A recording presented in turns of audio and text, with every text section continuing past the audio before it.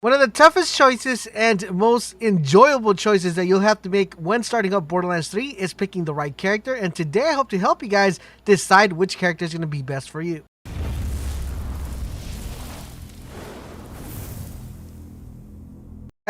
This is LaserBolt and welcome to today's video. Today's video is primarily focused and targeted to all the brand new players that are jumping into Borderlands 3. Whether you're picking up Google Stadia or if you're giving Borderlands a go with the free-to-play trial period. Now, if you guys are new to Borderlands, one of the toughest and hardest decisions you're going to have to make is definitely picking a character. Today, I hope to help you guys on your journey on picking the correct character for you, whether you're a beginner to first-person shooters or loot and shooters, or whether you're an experienced player and just want to get the coolest and most difficult character of them all. So without further ado, guys, let's jump in and break down each individual character and find out which character suits your playstyle. In Borderlands 3, you're going to get an option of picking 4 different characters, and each characters have their own skills, their own abilities, and I'm kind of going to give you guys a overview aspect of each character, and then we're going to dive in and talk about each character specifically to give you guys a better sense on how each character will probably fit your playstyle. So we have Amara, which she is a siren. For those of you who might be new to Borderlands, I've never even played a Borderlands game. It's pretty much a witch slash magician wizard type character. We also have ZANE, which is your gadgetry guy. It's kind of like your Batman type of character. He has a lot of gadgets. He has a lot of stuff to throw out on the ground, and he is a very versatile character. Next, we have MOZE, which is kind of like your Tomb Raider type of character. She has a mech that she's able to call and help her do a lot of damage. She's very agile and tanky and produces a lot of damage. And the last character we have an option to is Flak, which is more like a rogue type of hunter character.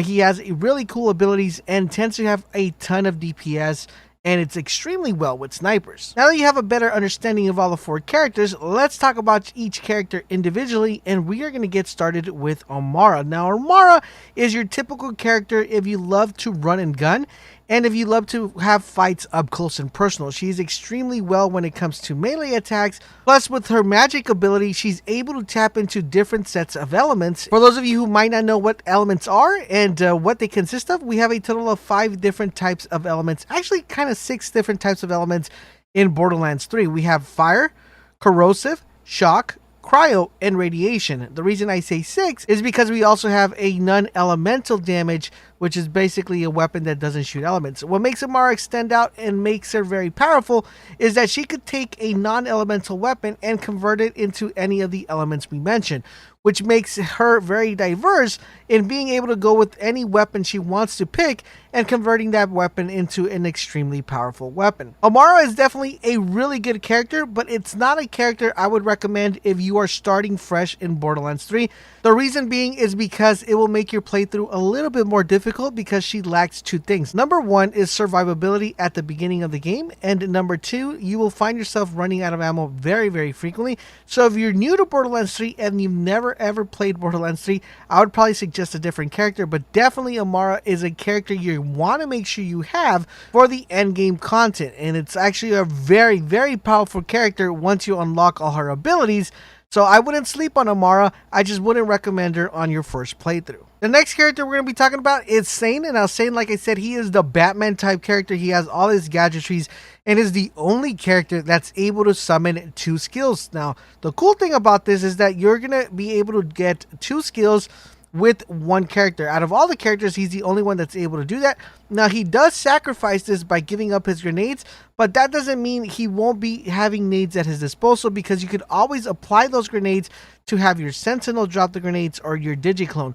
The 3 different sets of abilities he's able to get or skills is a Sentinel drone, a Digiclone, and a barrier. Now, these all synergize perfectly well together, and I have a ton of builds available for you guys that you're able to check out on my channel that help him synergize perfectly with any of the skills he wants. ZANE is a very versatile character. He's pretty much a hybrid. He can almost do anything in the game. He's able to go tanky, stealthy, whatever way you want to play as ZANE, you're able to do that. One thing I do want to recommend, though, if you are planning on maining ZANE, is make sure that you get used to constantly moving, because of a lot of his skills are based on movement. So if you don't feel like you're not going to be moving quite a lot in the game and you're going to be standing still most of the time, ZANE might not be the character for you guys. But if you're new to the game and you've never played Borderlands 1 or Borderlands 2, I would highly put ZANE to be your #1 playthrough character, because not only are you going to be able to learn a lot of the mechanics of the game with ZANE, but you're also going to be able to have a lot of survivability,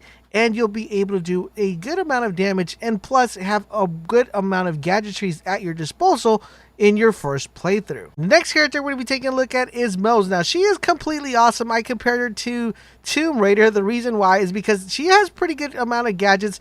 She is extremely tanky, and she has almost unlimited damage. I believe out of almost all the characters, she's the one that outputs the majority of the damage. Her and Flak are pretty close, but she is really powerful. Now, the cool thing about MOZE is that she comes with 2 really good abilities. One is, producing a lot of explosive damage, and number 2 is having unlimited ammo and unlimited grenades. She is extremely great at this, and it makes playing as her on your first playthrough pretty fun and enjoyable, due to the fact that you're not going to be running out of ammo too much, and you're almost always going to have grenades at your disposal.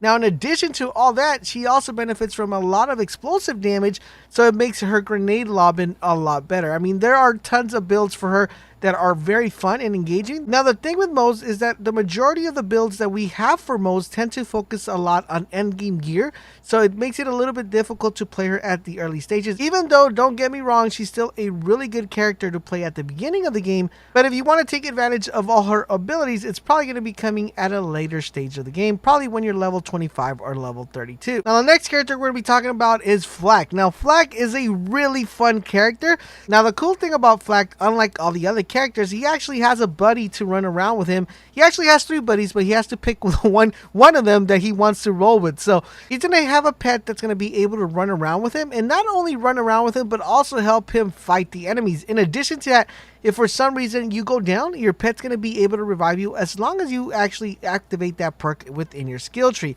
Now, he is a very flexible character, a character that you definitely would want to consider if you're playing a solo playthrough. He's a really good character to have, because not only are you going to have a companion to fight along with you, but you're also going to have someone that's going to be able to revive you in case you have a problem.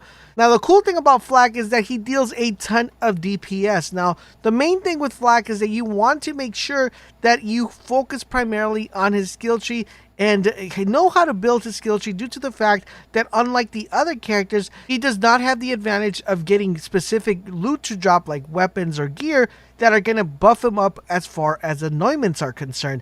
He primarily has to focus on being able to provide a beautiful build around his skill tree, so he could be very powerful and very potent. So now that you know a little bit more about all the 4 different characters, now it's time to answer the question which character you should play with depending on your playstyle. So we're going to break it down in a couple things. Number 1, if you plan on playing solo, I'm going to list the characters in order depending on which ones I feel are more favorable for that particular playstyle. So for solo, I'm going to put ZANE at number 1, I'm going to put Flak at number 2, I'm going to put MOZE at number 3, and Amara at number 4. If you have a buddy that's already playing the game, or you're going to be playing it with your friend, then you're going to want to pick the characters depending if you feel that you're going to be playing a lot of co-op. Number 1 for co-op, I would definitely put Amara. Number 2, I'm going to put MOZE. Number 3, I'm going to put Flak. And number 4, I'm going to put ZANE. If your style is more of a run and gun, getting up close and personal and taking the fight to the enemy and not having to wait for the fight to come to you, then your first character to pick, of course, is going to be Amara.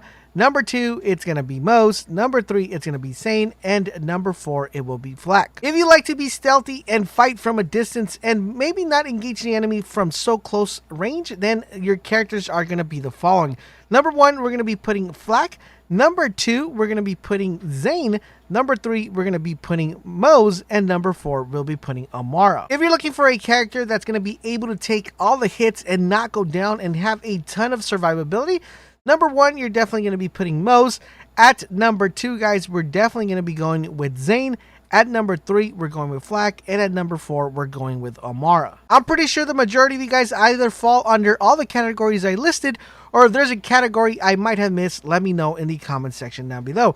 I hope this gives you a better understanding of all the characters, of what characters actually suit your playstyle, and if you're new to the game, which characters you should pick or go with. But I want to know from you guys in the comment section down below, because honestly speaking, all the characters are amazing, and once you understand each character and get a build that you like for each individual character, you're going to have a ton of fun playing the game.